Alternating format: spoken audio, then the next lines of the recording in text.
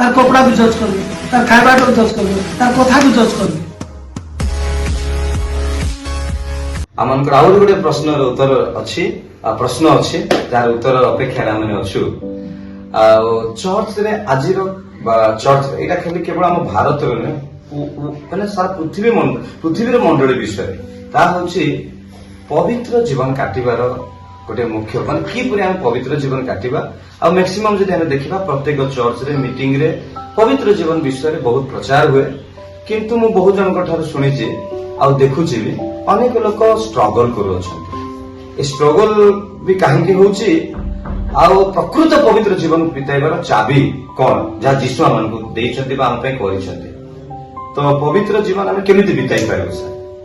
Reverend आज आपन बहुत सुंदर प्रश्न पचाले जोटा कि कल्चर करी करी आज 40 वर्ष हेगला सर तो मु आज ऑडियंस को ए विषय उत्तर देबा चाहूची आपन मान सहित थैंक यू तो मोर प्रिय दर्शक बंधु माने आज बहुत ध्यान सहित शुणु आमर बाइबल को जो मैंने विश्वास करते दीटा भाग अच्छे गोटे हूँ पुरातन नियम और गोटे नूतन नियम पुरातन नियम रे आमको व्यभिचार करो ना चोरी करो ना माँ बापा को आदर करो एमती कि 10टा आज्ञा सांगे आहरी अन्य विषय छोट बाण धर केमती कपड़ा पिंधब ए सब ऊपर व्यवस्था दिया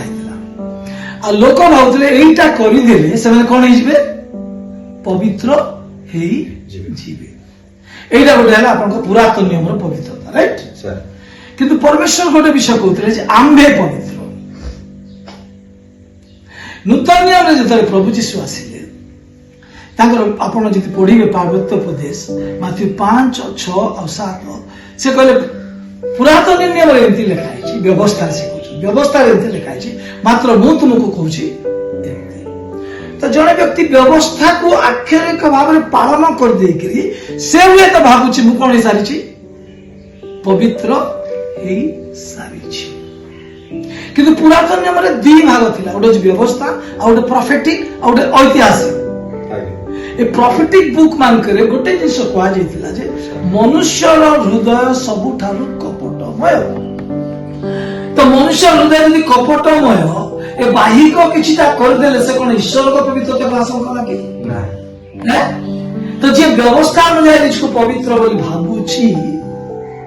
से एक्चुअली ईश्वर को पवित्रता को जाने आप मन थी प्रभु जीशु ख्रीष्ट गोटे धनी लोक आसिक पचारा मत अनंत जीवन पाइबा कौन कर जीशु कौन कहले जाओ व्यवस्था पालन करो से कहला आज्ञा छोट दिन मु सब कौन करूँ से जदि करू न था एते कॉन्फिडेंस तो सहित कहि न था हो कि नहीं से कहला कहीं करथिला तथापि जीशु कौन कहले फिर भी मु कहू अछि तमर गोटे कौन अछि कमी अच्छी तमर गोटे कमी अच्छी सेटा को कमी पर कहले हृदय अवस्था से कहले जाओ तुम सर्वस्व बिक्री करके कौन करो दान कर दियो तार मोर पछे आस व्यवस्था अधीन अच्छी आपण पर क्रिटिकल लोक कहीं ना जगत रे आपण कहबे केमती सार आपण तो सब कुछ जज करिवे आप व्यवस्था अनुसार लोक देखुं आप लोक को जज करेंगे तार कपड़ा को जज करेंगे तार खाइबा को जज करेंगे तार कथा को जज करेंगे किंतु तार प्रेम को आपको आखिर के देखा जीव ना जब कि मनुष्य कौन टाक देखे मनुष्य बाहर देखे भीतर देखे ईश्वर कौन देखते मु लोक को ठगी दे पारे ईश्वर ठगी पारे से तो मोर हाथ में तो से दिन से धनी को प्रभु जीशु जानी पारे ठीक अच्छे बेटा तुई आज्ञा तो पालन कर किंतु तो हृदय को तो कौन करना ठीक कर हृदय को ठीक करने से कौन करे हृदय को ठीक एथरे कौन हृदय को ठीक अर्थ एटा जदि परमेश्वर मो संगे अछंती तारे मो पाखे आशीर्वाद अछि आ जदि मो पाखे आशीर्वाद अछि एबे जो थिला तार 10 गुण मो पाखो आउ थरे आसी कथा बुझी पाले तो एई जे आसी गला आपन कोन जेतला आपन मनोभाव चेंज होछि मो धनी होते आपन विश्वास करछुं आपन धनी अटंती आपन एबे जो धन अछि ताठरो 100% अधिक बिना टेंशन रे आपन पाखो धन आसी ए जे सब बतन प्रैक्टिस कर आ ओडे जिंस कहि दछि जो गोटे मनुष्य धन विषय का ऊपर जो विश्वास अच्छे बिब्लिकल फेथ अच्छे से विषय तार हृदय जो ठीक है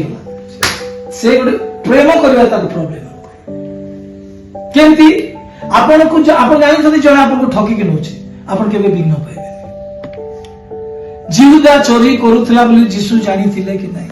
ଜାଣିଥିଲେ ଯୀଶୁ ପ୍ରେମ କରିବାରେ କିଛି କମି କଲେ କି? ନାହିଁ। କାହିଁକି କଲେ ନାହିଁ? ଯୀଶୁ ପଇସା ବିଷୟରେ କେବେ ଡିଷ୍ଟର୍ବ ହଉନଥିଲେ। ତ ଆମେ ଯଦି ପଇସା ବିଷୟରେ ନିଜ ହୃଦୟକୁ ଠିକ କରିଦେଲୁ, ଆମେ କେବେ ବିଘ୍ନ ପାଇବା ନାହିଁ, କାହାକୁ ଖରାପ ଭାବିବା ମଧ୍ୟ ନାହିଁ। ମଣିଷ ହିସାବରେ ଯେତେବେଳେ ମୁଁ ଭାବୁଥିଲି, ମୁଁ ଖରାପ ଭାବୁଥିଲି, ମୁଁ ଅତି ସ୍ୱର୍ଗରୁ ଓହ୍ଲେଇଲା ପବିତ୍ର ଦୂତ ନୁହେଁ, ମୁଁ ବି ଖରାପ ଭାବୁଥିଲି। କିନ୍ତୁ ପ୍ରଭୁ ଯେତେବେଳେ ମତେ ବୁଝେଇଲେ, ଏବେ ପଇସା ବିଷୟରେ ଯେତେବେଳେ ମୁଁ ସେଟଲ ହେଇଥିଲି, ମୁଁ ଟିକେ ଖାଇଦେଲା, କିଏ ମୋର ପଇସା ମାରିଦେଲା, ଏ ବିଷୟରେ ମୋ ଭିତରେ ଟିକେ ବି ଚିନ୍ତା ନାହିଁ। କିଛି ଲୋକ ବୁଝିପାରୁଛନ୍ତି, କିନ୍ତୁ ଏଇ ବିଶ୍ୱାସ କର, ଏଇଟା